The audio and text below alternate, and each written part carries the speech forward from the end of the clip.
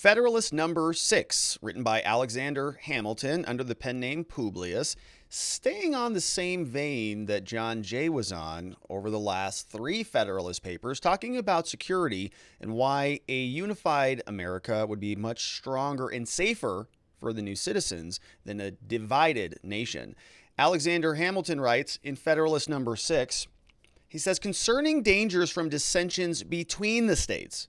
So whereas John Jay was talking about externalities, now we're talking about divisions here at home. Writing in the Independent Journal for the people of the state of New York says, the last 3 numbers of this paper have been dedicated to an enumeration of the dangers to which we should be exposed in a state of disunion from the arms and the arts of foreign nations. I shall now proceed to delineate dangers of a different and perhaps still more alarming kind, those which will in all probability flow from dissensions between the states themselves and from domestic factions and convulsions. These have been already in some instances slightly anticipated, but they deserve a more particular and a more full investigation.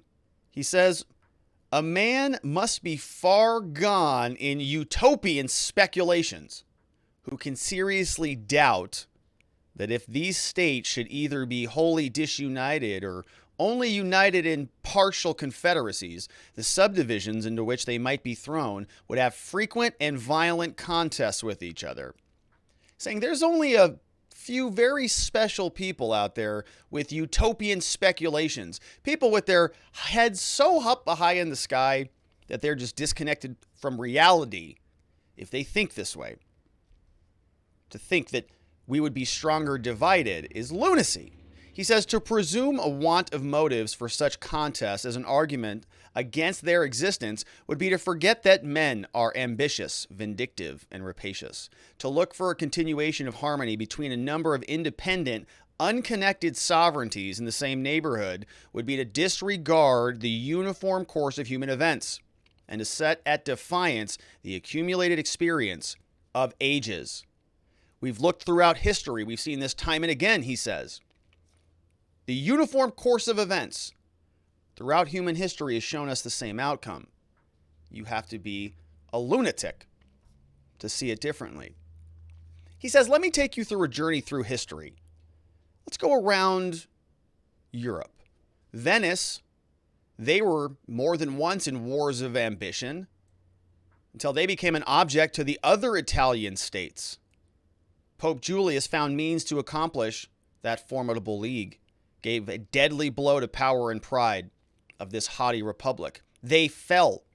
He says the provinces of Holland, till they were overwhelmed in debts and taxes, they took a leading and conspicuous part in the wars of Europe. They had furious contests with England for the dominion of the sea. They were the most persevering and most implacable of the opponents of the king. In the government of Britain, the representatives of the people compose one branch of the national legislature. Commerce has been, for ages, the predominant pursuit of that country. Few nations, nevertheless, have been more frequently engaged in war, and the wars in which that kingdom has been engaged in have, numerous instances, proceeded from the people. So just because these nations are engaged in commerce, just because they have similar qualities to the demographics in the new land, doesn't mean that they are predisposed to peace. The similar systems that they are leaving have their problems. And if that is being recreated in the new land, that's going to spell doom for the new citizens. He says, we've summarized this, and from this summary of what has taken place in other countries whose situations have borne the nearest resemblances to our own, what reason can we have to confine in those reveries which would seduce us into an expectation of peace and cordiality between the members of the present confederacy in a state of separation? How could we possibly think that? We just went through this journey in history, and we can see where that led. He wraps up writing his Publius. He says, so far is the general sense of mankind from corresponding with the tenets of those who endeavor to lull asleep our apprehensions of discord and hostility between the states in the event of disunion, and that it has, from long observation of the progress of society, become a sort of axiom in politics that vicinity or nearness of situation constitutes nations' natural enemies.